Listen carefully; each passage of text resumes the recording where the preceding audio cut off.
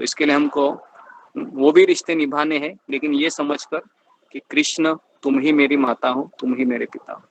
Okay, तो अभी हम 7वें श्लोक पे जाएंगे। 7वां श्लोक है 3 गुणों में त्याग। वापस 3 गुण आ गए।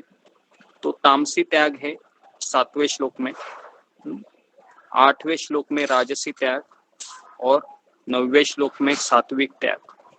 ओके, तो 7, 8, 9 और 10 में बताए हैं सत्वगुण में कौन व्यक्ति स्थित है। तो 4 श्लोक ये पढ़िए, 7, 8, 9, 10। नियतस्य तु संन्यासः कर्मणो नोपपद्यते मोहातस्य परित्यागः निष्कामस्य परिकीर्तितः। निर्दिष्ट कर्तव्यों को कभी नहीं त्यागना चाहिए। यदि कोई मोहवश अपने नियत कर्मों का परित्याग कर देता है तो ऐसे त्याग को तामसी कहा जाता है। दुःखमित्येव यत्कर्म कायक्लेश भयात् त्यजेत स कृत्वा राजसं त्यागं नैव त्याग फलम लभेत। जो व्यक्ति नियत कर्मों को कष्टप्रद समझकर या शारीरिक कलेश के भय से त्याग देता है, उसके लिए कहा जाता है कि उसने यह त्याग रजोगुण में किया है। ऐसा करने से कभी त्याग का उच्च फल प्राप्त नहीं होता। कार्यमित्येव यत्कर्म नियतम क्रियते अर्जुन संगत्वा फलम चैव सत्याग सत्विको मतः। हे अर्जुन, जब मनुष्य नियत कर्तव्य को कारणीय मानकर करता है और समस्त भौतिक संगति तथा फल की आसक्ति को त्याग देता है तो उसका त्याग सात्विक कहलाता है। न द्वेष कुशलम कर्म कुशलेनानुसज्यते त्यागी सत्व समाविष्टो मेधावी छिन्न संशय। सतोगुण में स्थित बुद्धिमान त्यागी जो न तो अशुभ कर्म से घृणा करता है न शुभ कर्म से लिप्त होता है, वह कर्म के विषय में कोई संशय नहीं रखता। आगे पढ़ो जी, नहीं हो गया। तो देखिए 7वें श्लोक में बताया है तामसी त्याग क्या होता है। तामसी त्याग मतलब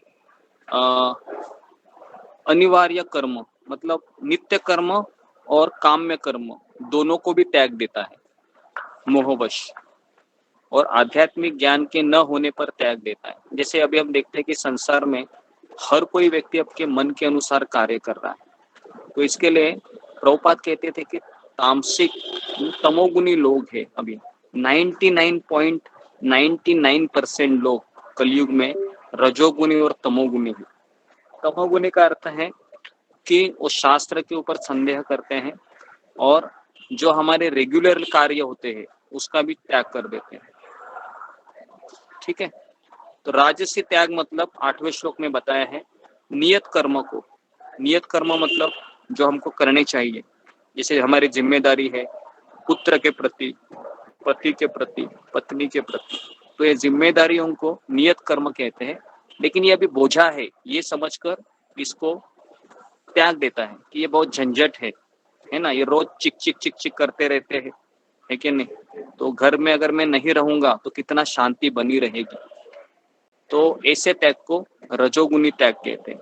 ओके, और सत्वगुणी त्याग मतलब नियत कर्मों को कर्तव्य समझकर भौतिक संगति के बिना और फल की आसक्ति के बिना, कर्ता भाव के बिना जो त्याग करता है उसको सात्विक त्याग कहते हैं।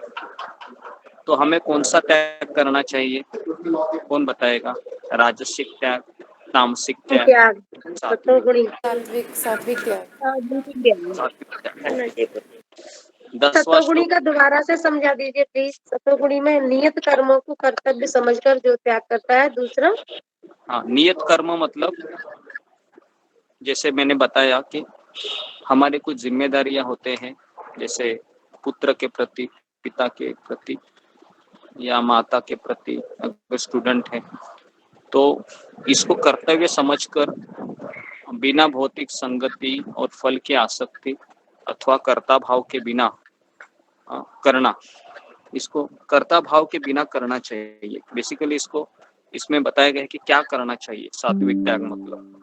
ओके, लेकिन भले ही हम अगर सब कुछ अच्छे से करें, नियत कर्म भी अच्छे से करें, कोई दूषित संगति भी ना हमारे पास हो, लेकिन अगर कृष्ण की भक्ति में नहीं लगा है वह व्यक्ति, तो उसका कुछ फायदा नहीं है। तो इसके लिए ये जो डेफिनेशन मैं बता रहा हूँ ना, ये कर्मयोगी के डेफिनेशन है, कर्मयोगी, है ना। लेकिन कर्म भक्ति जो करते हुए कर्मयोगी भी हम कर सकते, जैसे फल का आसक्ति है। तो कर्मयोगी का एक लाइन में अगर हम डेफिनेशन करें तो फल का आसक्ति नहीं होना चाहिए, है ना। फल का आसक्ति, आसक्ति केवल एक ही व्यक्ति में होना चाहिए, वह है कृष्ण, और कृष्ण के जो प्रतिनिधि है गुरु, उसमें ही आसक्ति होनी चाहिए। बाकी चीजों में आसक्ति होके कुछ फायदा नहीं है। इस संसार की आसक्तियां हमको यहाँ पर जकड़ के रखेगी। इसके लिए एक उदाहरण भागवत में आता है। कौन सा उदाहरण आपको याद है? मैंने कई बार दिया है। किस तरह से एक कीड़ा होता है, वह क्या नाम है उसका, जो अपने शरीर के अपने जो थूक से कोश बना देता है ना, और फिर उसमें अटक के मर जाता है। रेशम का कीड़ा। रेशम का कीड़ा। अच्छा, और जो इसके बाद जो है जो गाँव पकड़ी होती है, रेशम का कीड़ा आप लोगों ने देखा है? कभी नहीं देखा है तो यूट्यूब में देख यूट्यूब में देख लीजिए रेशम का कीड़ा कैसे होता है। हाँ होता है ना। तो इस तरीके से हमको नहीं रहना है ना। तो आपने सुना है कि जब, हाँ, हमने कई बार इस चीज के बारे में बताया है कि अगर कोई व्यक्ति है संसार को छोड़कर, किसी का साउंड चालू है, साउंड सतीश के, हाँ सतीश प्रभु, ओके। तो अगर कोई व्यक्ति है संसार से परेशान होकर, है ना, वापस एक बार मैं रिपीट कर रहा हूँ, कोई व्यक्ति संसार से, घर गृहस्थी से परेशान होकर अगर वो घर छोड़ के चला जाता है तो समय की ही देरी है। कुछ समय के बाद उसका मन वही बोलेगा कि भैया वापस चले जाओ, तुम्हारी पत्नी कैसे भी हो अच्छी है, तुम्हारा बेटा कैसे भी हो अच्छा हो। तो ये इसके लिए ये मन का खेल होता है ना, ये मन के खेलों में हमको पड़ना नहीं चाहिए। तो इसके लिए मैं आध्यात्मिक जीवन में बार बार एक ही चीज को बताया गया है, आपकी मन की मत सुनो, आपके मन की मत सुनो, आपके मन की मत सुनो। किसकी सुनना है हमको? हमको किसकी सुनना है? कृष्ण और अगर हम मन की सुनेंगे तो उसको मन की कहते हैं। मंकी मतलब बंदर, ठीक है। तो उसके लिए हमको मन की नहीं सुनना है, हमें केवल जो सत्र में बताया जाता है ना, आप ये करो वो करो, तो वही करना चाहिए। अगर हम मन से ध्यान भी लगाएंगे, है ना, भगवान का, है ना, और तभी सत्संग कार्यक्रम चलता रहेगा, तो फिर क्या होगा? तो फिर इतना भक्तों का संग मुझे मिल रहा है जो बहुत अमूल्य है। जो भगवान का शुद्ध भक्त यही प्रार्थना करता है, हे कृष्ण मुझे आपके भक्तों का संग दो। और मैं क्या कर रहा हूँ? तभी मैं ये कर रहा हूँ कि उसको छोड़कर मैं कोई वही आध्यात्मिक कार्य ही लगा हूँ। लेकिन अच्छा है करना, लेकिन भगवान के सत्संग, जो भक्तों का सत्संग है, उसको छोड़कर हमको नहीं करना चाहिए। ये सब चीजें बहुत जरूरी है समझना, है ना। कभी भी आपको भक्तों का संग मिलता है ना, ये सबसे बड़ा प्रायोरिटी है हमारे जीवन में। भले ही हमको उसमें ऐसा लग रहा है कि मुझे शांति नहीं मिल रही है, लेकिन हमें समझना चाहिए कि ये जो मन की तथाकथित शांति है ना, उससे अच्छा है कि अगर किसी का माइक चालू है, देखिए मन के तथाकथित शांति है ना, हमको नहीं चाहिए। मैं वापस एक बार बता रहा हूँ, कृष्ण और गुरु के लिए चिंता करना या उनकी परेशानियों को अपने जीवन में चिंता का कारण बनाना, ये चिंता नहीं है, ये माया नहीं है, ये कृष्ण की कृपा है। तो जब कोई लड़की है शादी करके दूसरे परिवार में जाती है, तो उसके पति की जो चिंता होती है वो उसकी चिंता बन जाती है। बराबर क्या नहीं? इसमें आप एग्री करते हो? उसी प्रकार से जब हम भगवान कृष्ण से और गुरु से जब हम नाता जोड़ लेते हैं, तो गुरु की परेशानी कृष्ण की हमारी परेशानी बनती है। समझ में आ रहा है ना? तो इसके लिए हमें कभी ये नहीं सोचना चाहिए कि मुझे शांति नहीं मिल रही है, ये शांति का कुछ फायदा नहीं है ना? क्योंकि वृंदावन में शांति का एटमॉस्फेयर नहीं था, है ना? पूतना आती थी, अगासुर आता था, बकासुर आता था, कालिया कभी कभी प्रॉब्लम करता था। तो आपने कभी सुना है कृष्ण किताब में कि सारे वृंदावनवासी चैन की नींद सो रहे हैं? कभी ऐसा सुना है? नहीं सुना है ना? सब जगह पर तकलीफ है। तो उसके लिए आप कृष्ण के भक्त हो, है ना? तो कृष्ण के भक्त हमेशा समस्याओं से घिरे रहते हैं, परेशानियों से घिरे रहते हैं, लेकिन परेशानियों में ही कृष्ण को पुकारना वही हमारे जीवन की सार्थकता है ना? तो इसलिए चिंता हमको करनी चाहिए। अगर कृष्ण की चिंता अगर हम हमारी चिंता बनाएंगे तो हमारा जीवन सार्थक हो जाएगा। अगर गुरु की चिंता को हम अपने जीवन की चिंता बनाएंगे तो हमारा जीवन सार्थक हो जाएगा।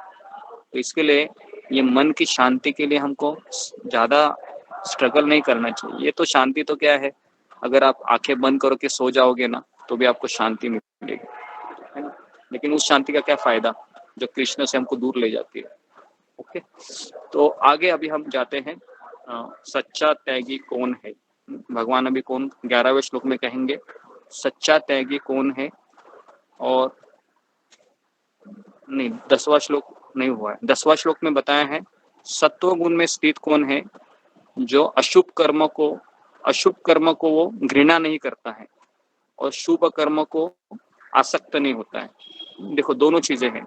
अगर कोई गंदा कार्य है ना, जो शरीर को कष्ट दे रहा है बहुत, है ना, जैसे मान लो कि अभी भगवत गीता का एक बड़ा थैला आ गया है ना मंदिर में, तो वो उठाने के लिए ना 20-25 केजी का रहता है वो, तो उठाते उठाते पूरा कमर दर्द होने लगता है।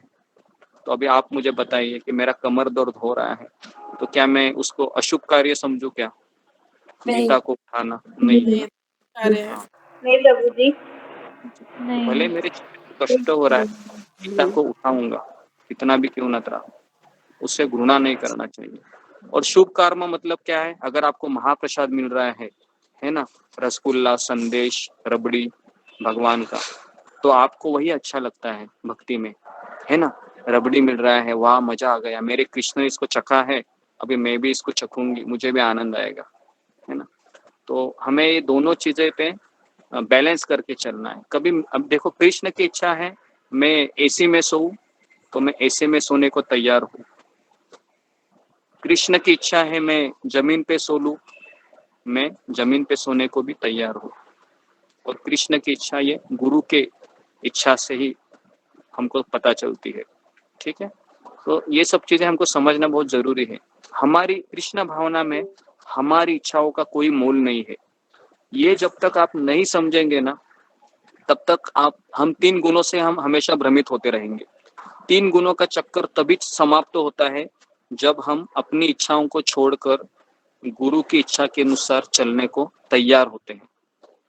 मैं वापस बोल रहा हूँ, 3 गुणों का प्रभाव तभी हमारे जीवन में कम हो सकता है जब हम अपनी इच्छा को छोड़कर गुरु की इच्छा के अनुसार चलने को तैयार होते हैं।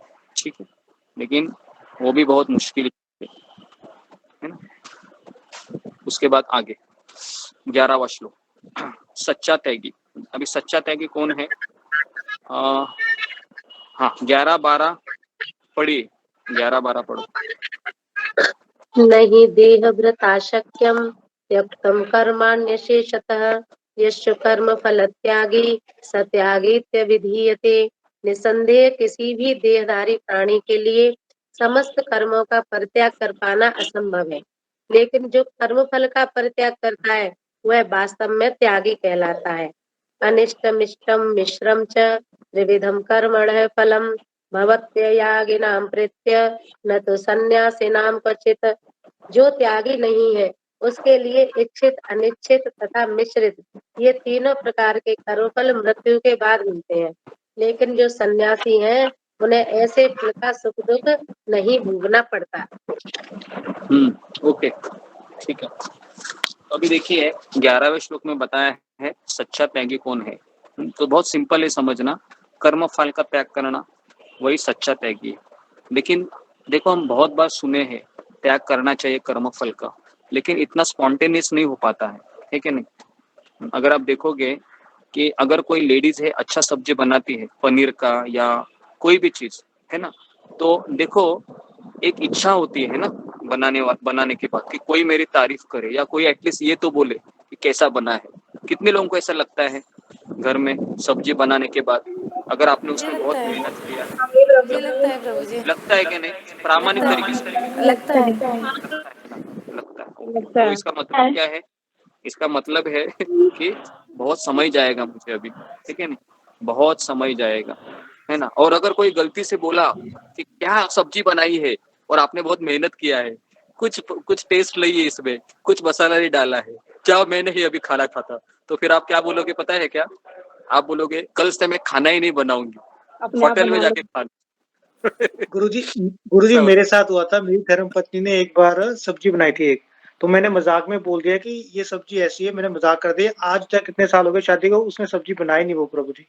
हाँ, तो यही होता है, ये आपका ही नहीं हर लेडीज का एक, भले वो डिवोटी क्यों ना हो, 16 माला कर रही हो या 64 माला कर रही हो, अगर उसने खाना बनाया है और अगर किसी ने बोल दिया खाना अच्छा नहीं बना है, तो फिर वो पूरा डिस्टर्ब हो जाती है वो, है ना।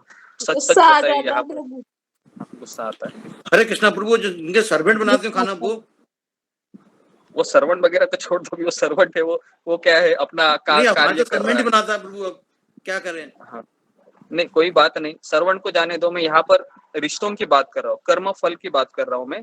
और अगर कोई पति है, अभी मैं पति की बात कर रहा हूँ, अगर पति है, मान लो कोई गिफ्ट लाता है अपनी पत्नी को और पत्नी बोलती है कि क्या इसमें है, देखो पड़ोसी के, देखो उसको, देखो क्या लाया है अच्छा, तो पति का भी दिमाग खराब हो जाता है, वो बोलता है कि कल नेक्स्ट टाइम कभी लाऊंगा ही नहीं।